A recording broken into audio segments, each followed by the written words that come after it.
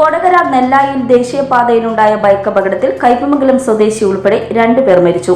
കയ്പമംഗലം ഐരൂർ ക്ഷേത്രത്തിനടുത്ത് കാവുങ്ങപ്പറമ്പിൽ ബാലചന്ദ്രന്റെ മകൻ ഭരത്, തിരുവനന്തപുരം തോന്നയ്ക്കൽ സ്വദേശി ചാരുവിള വീട്ടിൽ ഉണ്ണിപ്പിള്ള മകൻ ഉത്തരജ് എന്നിവരാണ് മരിച്ചത്.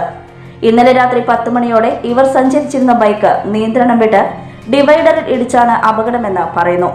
അപ്പോളോ അഡ്ലക്സ് ആശുപത്രി ക്യാന്റീനിലെ ജീവനക്കാരാണ് 2 പേരും. കൊടകര പോലീസ് മേൽ നടപടികൾ സ്വീകരിച്ചു.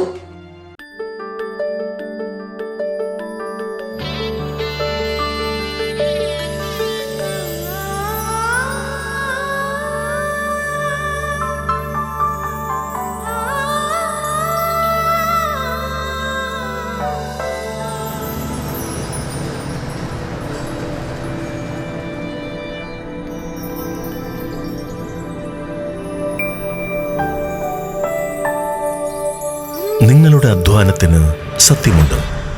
ഞങ്ങളുടെ സ്വർണത്തിനും.